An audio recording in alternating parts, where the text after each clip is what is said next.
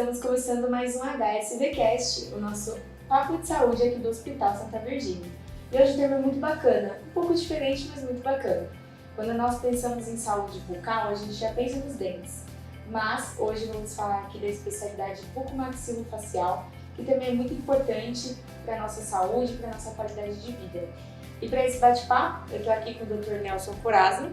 Dr. Nelson é cirurgião dentista formado pela Faculdade de Odontologia da Universidade de Mogi das Cruzes, residência em cirurgia e traumatologia bucomaxilofacial pela Universidade Camilo Castelo Branco, reconhecido como especialista pelo Conselho Federal de Odontologia e pela Sociedade Brasileira de Cirurgia e Traumatologia Bucomaxilofacial, membro titular da Sociedade Brasileira de Cirurgia e Traumatologia, membro da Board Latino-Americana de Cirurgia e Traumatologia Bucomaxilofacial e ex-presidente da Sociedade Brasileira de Cirurgia e Traumatologia. Muita coisa. Bastante coisa. Bastante tempo. Quantos anos mesmo, doutor, de especialidade já na área? De especialidade que eu atuo na maxilofacial quase 35 anos. 35 anos. Seja muito bem-vindo, obrigado pelo convite, Obrigado, por ter aceitado o nosso convite de estar aqui. Vamos começar, né? Acho que eu, antes de saber tudo sobre o bucomaxilo, eu não sabia o que era o bucomaxilofacial. Então, o que é a especialidade? Como que ela é definida? Então, a especialidade da cirurgia e traumatologia bucomaxilofacial, ela é definida como a especialidade odontológica que atua nas patologias congênitas ou adquiridas do sistema mastigatório, do sistema estomatognático e da face. Então, basicamente, hoje a gente pode dizer assim, que tudo que se relaciona à face é afeito à cirurgia maxilofacial. Relacionamento interdentário, relacionamento do paciente com posturas, com posições, com hábitos parafuncionais, presença de alterações de crescimento ou então de patologias adquiridas por trauma ou qualquer outra causa que envolvam o sistema mastigatório e a face são afeitos à cirurgia maxilofacial. Entendi. E por que é tão pouco conhecido? As pessoas conhecem mais o dentista, né? Então, porque até algum tempo atrás, a cirurgia maxilofacial era uma especialidade que ela se resumia a um nicho um pouco menor dentro da atuação por conta de questões de legislação, por conta de questões de regulação e até mesmo por conta de questões relacionadas à assistência da saúde suplementar. Mas já há muito tempo, a cirurgia maxilofacial é presente dentro dos centros de atendimento governamentais no Brasil. Bacana. E em que momento que o paciente deixa de precisar só de um dentista e passa a precisar de um bucomaxilo? Tem a questão que o senhor falou da questão congênita, né? Mas é mais isso? Ou tem um outro momento que não é importante você ir no bucomaxilo para alguma opinião? Então, assim, se a gente tomar como base, tá, que a nossa oclusão dental ela é extremamente dinâmica e que a nossa mandíbula talvez seja o osso mais móvel do nosso organismo, o momento onde o bucomaxilo se insere nessa situação é onde você tem uma necessidade de uma visão um pouco diferente e um pouco mais, vamos dizer assim, um pouco mais apurada daquilo que está acontecendo. Por exemplo, um quadro de disfunção articular, um quadro de disfunção de ATM, é um quadro onde a grande maioria dos cirurgiões dentistas não estão muito afeitos a todas as ocorrências que podem provocar uma alteração de ATM. Então, esse momento é o momento que o generalista deve entender que, assim, olha, meu momento de atuação para que agora eu preciso de um suporte. E a bucomaxilo, pela própria natureza dela se desempenhar muito dentro em ambiente hospitalar, é uma especialidade que tem uma multidisciplinaridade muito grande. Tem um relacionamento muito grande com otorrinolaringologia, com neurologia, com cirurgia plástica. Então, assim, é muito fácil para o bucomaxilo se relacionar melhor com essas outras especialidades, até especialidades médicas, né? Interessante. E muitas pessoas convivem por anos com dor, desconforto, estralo, dificuldade de mastigar e até dor de cabeça, né? Tem gente que tem enxaqueca constante, sem imaginar que isso pode ser uma causa estrutural, vamos dizer assim, dos ossos da face, vamos dizer. Quais são os principais sinais de alerta? Então, é aquilo que a gente costuma falar, né?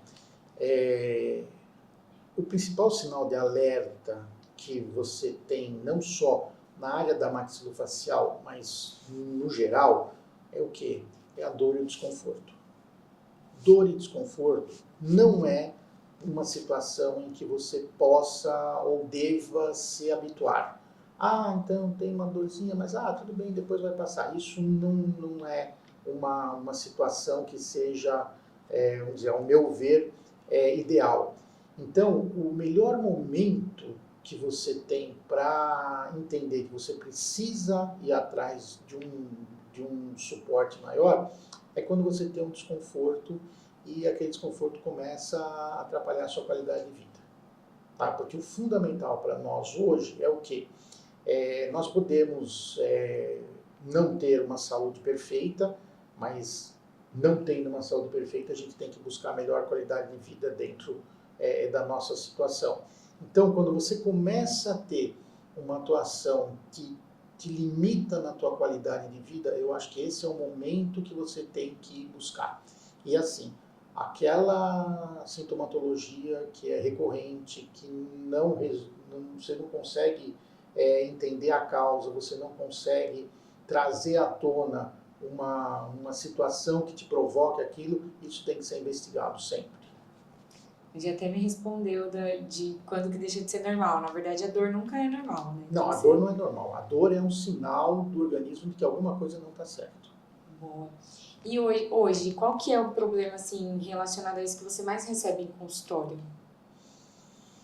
Então, o que a gente mais recebe hoje em consultório é que, assim, a minha atuação é uma atuação um pouco além da maxilofacial, mas, assim, os 3 perfis que a gente mais recebe no consultório, o primeiro deles, sem dúvida nenhuma, é a disfunção temporomandibular, tá? Da qual eu tenho uma opinião muito pessoal com relação aos profissionais que atuam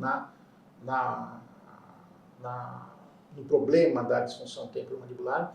O segundo problema que a gente enfrenta muito é a questão da deformidade dentofacial funcional, que são aquelas pessoas que têm uma descompensação entre maxila e mandíbula, uma alteração de tamanho entre maxila e mandíbula que provoca uma alteração de oclusão dental e aí uma recorrência de N fatores, né? E o terceiro são os pacientes fissurados labiopalatais, né? Que na minha experiência isso ocorre com bastante frequência. Bacana. Você falou da articulação, né, dos problemas de articulação. Eu vi, né, pesquisando que eles afetam o sono, o humor, a postura, o rendimento, mas ainda assim as pessoas subestimam os problemas de ATM. Por que que acontece isso, né? Por que que as pessoas têm esse tipo de problema? E por que que ela é tão importante, a ATM, para o nosso funcionamento do nosso corpo? Então, veja bem, Joyce, a gente tem a articulação, aquilo que eu comentei, a articulação da mandíbula talvez seja a articulação do nosso organismo que tem maior mobilidade, tá? E sem dúvida nenhuma é a articulação que mais se remodela durante toda a nossa vida. E é uma articulação que ela é, vamos assim, responsável por 90% da nossa vida de relação. Para você se alimentar, você precisa do movimento mandibular. Para você respirar, você precisa do movimento mandibular. Para você conversar, você precisa do movimento mandibular. Então, qualquer alteração que você tenha nesse padrão de movimento mandibular é uma alteração que a gente fica fácil perceber que a gente vai potencializar alguma alteração que você tenha na sua articulação. Então, o fundamental é, a partir do momento que você começa a sentir um desconforto numa dessas situações, sono, mastigação, fonação, respiração, alteração de postura, é interessante você procurar. Por quê? Porque isso pode ocasionar uma piora no quadro de uma patologia já pré-existente na articulação maxilomandibular.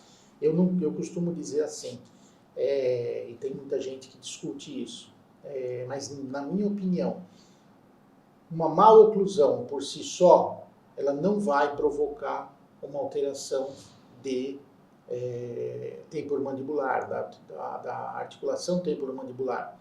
Mas se você já tiver uma alteração articular instalada, esta má oclusão vai potencializar esse problema. Então, é um conjunto. Não adianta a gente falar, porque só a ATM é responsável por isso, ou, não, só a má oclusão é responsável pela patologia articular. Não, é um conjunto, né?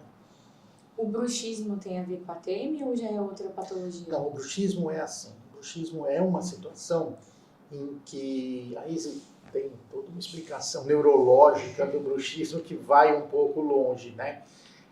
Mas assim, o bruxismo, ela é uma situação multifatorial.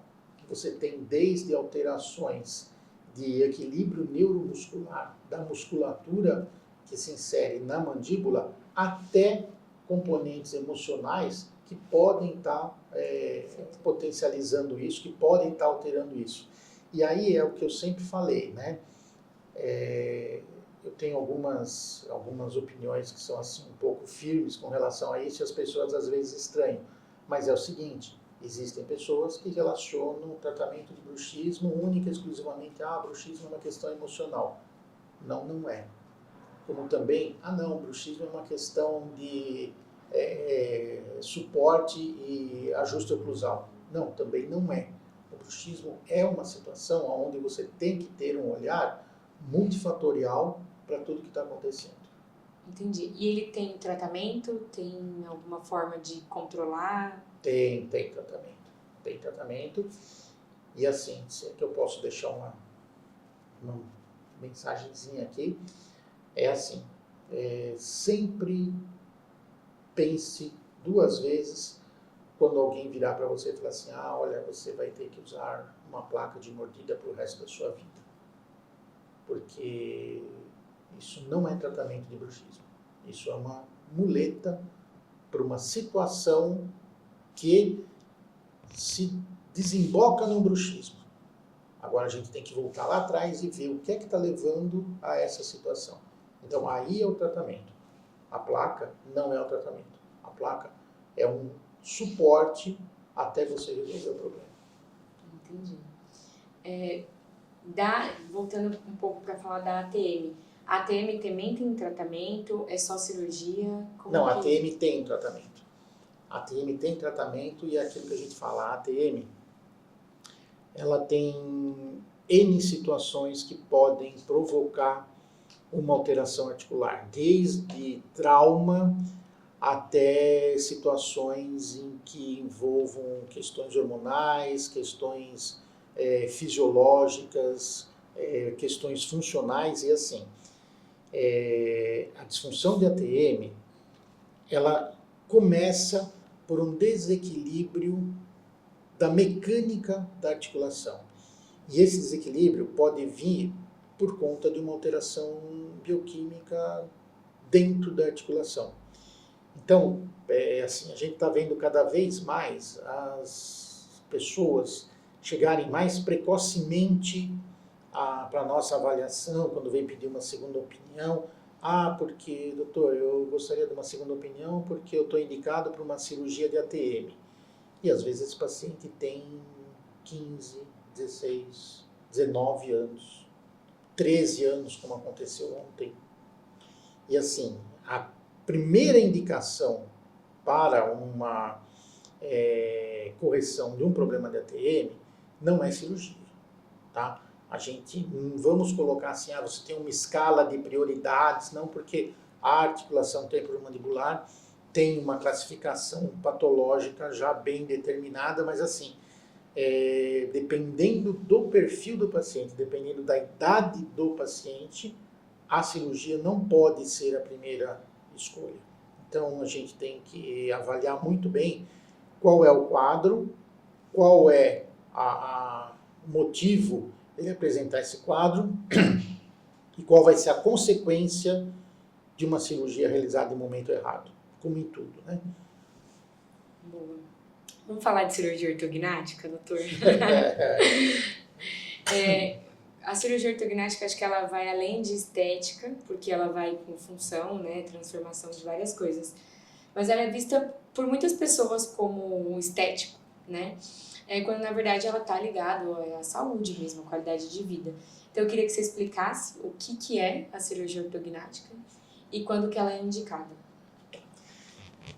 Então vamos lá. Cirurgia ortognática. O que é uma cirurgia ortognática? A cirurgia ortognática é a cirurgia que tem como finalidade corrigir as discrepâncias ósseas maxilomandibulares.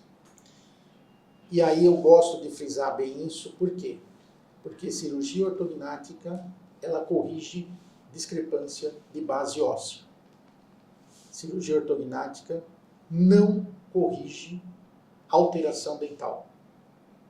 Por isso que a maioria, ou 99,99999% dos pacientes precisam de um ajuste ortodôntico antes de realizar o procedimento cirúrgico. Tá? A gente recebe muito paciente que chega passando por cirurgiões dentistas e o cirurgião dentista avalia e fala assim, não, você precisa primeiro de uma cirurgia para depois colocar aparelho. Não, você precisa ter uma estabilidade básica ortodôntica, ou seja, uma relação interdental básica, para depois você fazer uma relação entre os arcos dentais. Então, a correção dessa base óssea é feita pela cirurgia ortognática. E esse desalinhamento, né, entre a maxila e a mandíbula, quais funções que ele pode impactar na vida do paciente? Então, vamos lá, Joyce. Basicamente, o que acontece? Voltando ainda na questão da nossa mandíbula ser o osso mais móvel do nosso corpo, né?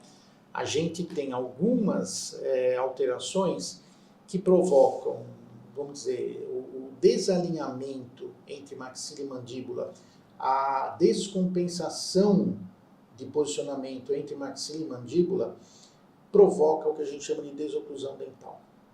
E essa desoclusão dental pode ir desde uma alteração de padrão respiratório, de uma alteração de padrão postural, de uma alteração de padrão alimentar, tá? Porque o paciente não tem uma oclusão que favoreça ele a ter uma alimentação ideal, levando até quadro, aí, questões mais severas, quadro de hipovitaminose, quadro de desnutrição. Por quê?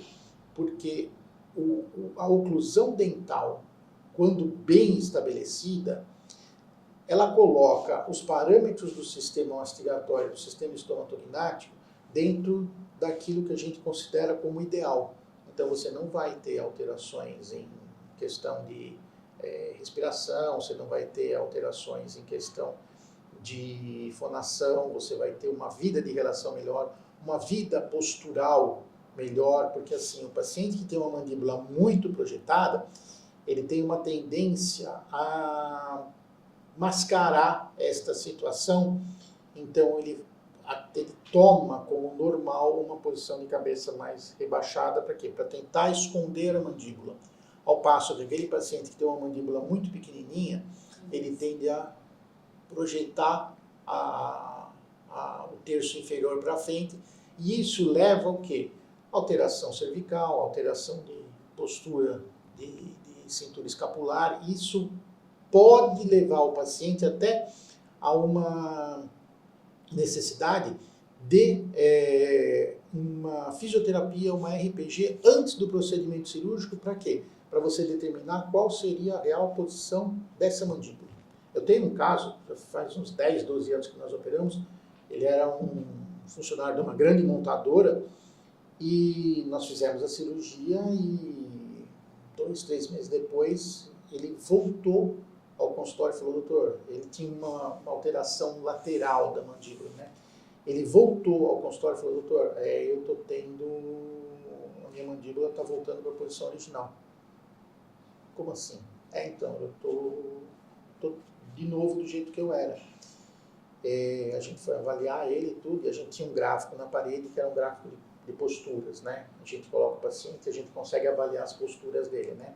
O que aconteceu? Ele estava fazendo, exatamente por conta da profissão dele, ele era mecânico de uma montadora, ele estava fazendo uma postura aonde ele deixava um ombro mais baixo que o outro. E ele compensava a questão do ombro mais baixo que o outro, levando a mandíbula para o lado. Quando nós colocamos ele no gráfico, a gente percebeu que ele tinha uma alteração de altura de ombros. Mandamos ele para o fisioterapeuta. O fisioterapeuta fez uma RPG e tal. Quando ele voltou da fisioterapia, da RPG, nós falamos: e aí, como é que você está agora? Ele falou: não, doutor, voltou para o lugar. Por quê? Porque era uma questão compensatória. Ele compensava aquela posição, levando a mandíbula para uma posição. Então, é assim, você vê que esta relação, tá, entre maxila e mandíbula é uma relação que pode afetar, assim... Mas é involuntário, né? É involuntário, mas é uma questão assim, você pega um paciente de 25, 26 anos, que viveu 25, 26 anos naquela condição. Aí ele precisa de uma educação, que é aquilo que eu falo, a cirurgia ortognática, ela não se finaliza por si só. A cirurgia ortognática, ela dá condições para o teu organismo se reeducar numa nova posição. Então você precisa do quê? De uma educação do cérebro. O cérebro precisa entender que a posição mudou, que as relações intermusculares com as alavancas ósseas mudaram, e o cérebro às vezes demora um pouco para aprender coisa nova. É aquele lance que a gente fala, né? Cavalo velho não aprende caminho novo. Então demora um pouco. Por isso que a fisioterapia é fundamental no pós-operatório da cirurgia ortognática, como de toda a cirurgia que trabalhe a articulação, né? E assim, quem sabe a fisioterapia é o fisioterapeuta. Então não adianta falar: você vai fazer 10 sessões de fisioterapia e você está bem. Não. Se o fisioterapeuta achar que precisa de mais 10, vai fazer mais 10, se precisar que achar mais 20, mais 30, vai fazer até ele entender que o organismo entendeu e o cérebro entendeu como é que é o novo movimento. Essa é a chave, não só da cirurgia ortognática, mas também da cirurgia articular. Tem uma idade certa para o paciente fazer essa cirurgia? Então, é assim. Idade certa não tem. O que existe você precisa ter um paciente em maturação óssea para você realizar uma cirurgia ortognática. Agora assim, doutor, então uma criança de 14 anos precisa de uma cirurgia ortognática? Não sei. Vai depender se ele tiver maturação óssea. Mas uma paciente de 70 anos precisa fazer uma cirurgia ortognática? Precisa fazer. O paciente mais idoso que eu já operei fazendo cirurgia ortognática tinha 72 anos e era o sonho da vida dela fazer uma cirurgia ortognática. Ela era uma prognata com uma discrepância bastante acentuada e o sonho dela era fazer. E ela fez com 72 anos. Então, assim, o que você precisa ter em mente você tem que ter maturação óssea do seu paciente. Seu paciente não... Veja bem, você faz uma cirurgia ortognática e esse paciente continua com um crescimento. Vamos supor que ele seja um prognata que teve um crescimento de mandíbula fora de um padrão normal. Você fez a cirurgia ortognática e ele continua a crescer, ou seja, aquilo vai recidivar, aquilo vai voltar a ser como era. Então você tem que ter maturação óssea, você tem que ter estabilidade óssea para realizar o procedimento. Agora, idade limite depende da condição de saúde do paciente. Entendi. Bom, eu já tive do outro lado, né? Já fiz a... Você já fez os... Já fiz a cirurgia. O meu caso é conhecido como classe 3. Classe 3. Eu sei pra mim, né, como paciente, o que impactou na minha vida, assim, ter essa condição. Mas do lado médico, o que você acha que impacta na vida do paciente? O que impacta para o médico ou para o paciente? Para o paciente. Então, impacta na qualidade de vida. Tá? Impacta na qualidade de vida no momento em que a alteração esqueletal, a discrepância de alteração esqueletal, provoca, eventualmente, fatores emocionais, fatores de relação, fatores funcionais, fisiológicos, que o paciente, 4, 5 meses depois que ele fez a cirurgia ortognática, ele percebe que aquilo não era o normal da vida dele. O normal não era ele ter aquelas alterações. Então, o que a gente percebe que impacta? Essas pessoas que fazem esse procedimento, elas melhoram a sua qualidade de vida, elas melhoram a sua vida de relação e elas melhoram basicamente a vontade de viver, a vontade de se relacionar com outras pessoas. Por quê? Porque quando você trabalha com face, é aquilo que eu sempre falava quando eu dava aula, né? Você trabalhar com face, você está trabalhando com a identidade de uma pessoa, tá? E você não pode fazer um procedimento que hoje a gente vê muito na internet, esses procedimentos estéticos que alteram, basicamente alteram a pessoa de uma forma que assim, ela se torna irreconhecível após o procedimento. E é o que eu sempre falava. Você não pode alterar a essência de uma pessoa, mas você tem que equilibrar e equalizar aquelas medidas faciais dentro de parâmetros que não alterem a personalidade, não alterem a pessoa, para a pessoa não chegar e falar, olha, sinto muito, não me reconheço depois da cirurgia. Isso é muito complicado, porque isso você vai tirar a pessoa de uma situação desagradável, colocando em outra situação desagradável e que é muitas vezes irreversível, tá? E é aquilo que eu falo. Eu tenho que fazer aqui um parênteses, né? E uma homenagem ao professor Jonas Reinig, que foi quem mudou a minha visão de ver a cirurgia ortognática, né? Você não pode, com a cirurgia ortognática, mudar a essência do formato do rosto de uma pessoa. E assim, quando você altera a essência do formato de uma pessoa, você está alterando aquela pessoa como um indivíduo, né? Então ele falava, né? Sempre busque harmonizar aquilo que você já tem com aquilo que você precisa ter. E ele falava também que a melhor oportunidade para você ter um resultado de excelência é o primeiro momento cirúrgico. Então, aqueles pacientes que falam, doutor, já estou na minha 3ª ou na minha 4ª cirurgia ortognática, é assim, muito complicado, porque provavelmente a primeira levou o paciente para uma situação em que não foi a situação ideal e que vai ser muito difícil de você reverter. Então isso eu devo muito ao Dr. Reinig, que é um cirurgião holandês, né? Nós ficamos um período em Joanesburgo, na África do Sul, e ele ensinou isso. Ele ensinou que assim, o paciente tem uma essência, você não pode mudar a essência do paciente. Não adianta eu pegar um paciente oriental e eu transformá-lo num paciente europeu. Não adianta eu pegar um paciente afrodescendente e querer que ele tenha uma pirâmide nasal de um paciente oriental. eu estou mudando a essência do paciente. Então, o fundamental na cirurgia ortognática é a manutenção da essência do paciente, da característica racial do paciente, mas equilibrando as dimensões. É importante. Eu, como paciente, eu tinha muito medo de fazer a cirurgia, justamente por isso, por medo de não me reconhecer, de ter algum tipo de distorção de imagem. E já no pós-operatório eu percebi coisas de função mesmo que antes não eram um problema para mim. Por exemplo, eu sempre achei que eu respirava bem. Nunca tive nenhum tipo de problema, rinite, sinusite, nunca tive nenhum problema respiratório. E eu achava que eu respirava muito bem. Mas depois da cirurgia, eu vejo que eu respiro muito melhor. E eu percebi uma mudança significativa no meu nariz. Tanto que as pessoas à volta me perguntaram, né? Você fez rinoplastia junto? Porque o nariz realmente deu uma mudadinha, assim. E na função nariz de respiração, eu senti uma diferença absurda, coisa que eu não imaginava, assim, que ia mudar. Eu achei que ia mudar ali a mordida o meu era classe 3, então era um pouco mais pra frente. Eu achei que ia mudar o perfil, mas não no sentido do nariz, então isso me surpreendeu.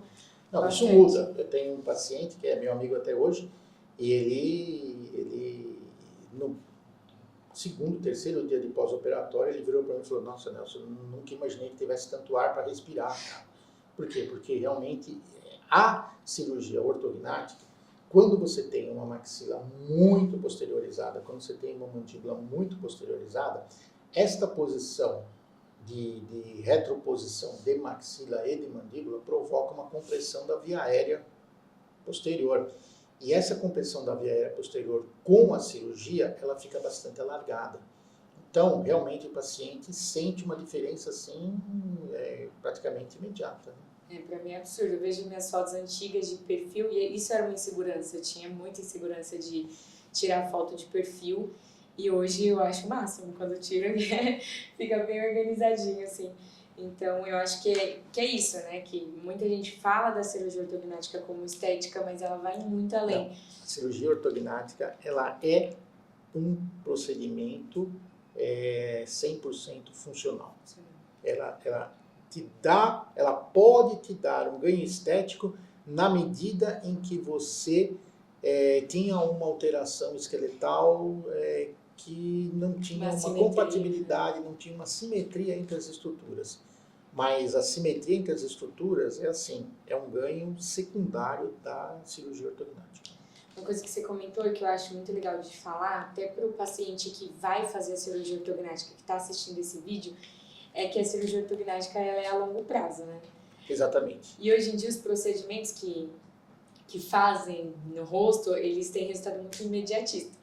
E a cirurgia ortognática não, ela é a longo prazo. Então é importante do paciente entender esse longo prazo, né?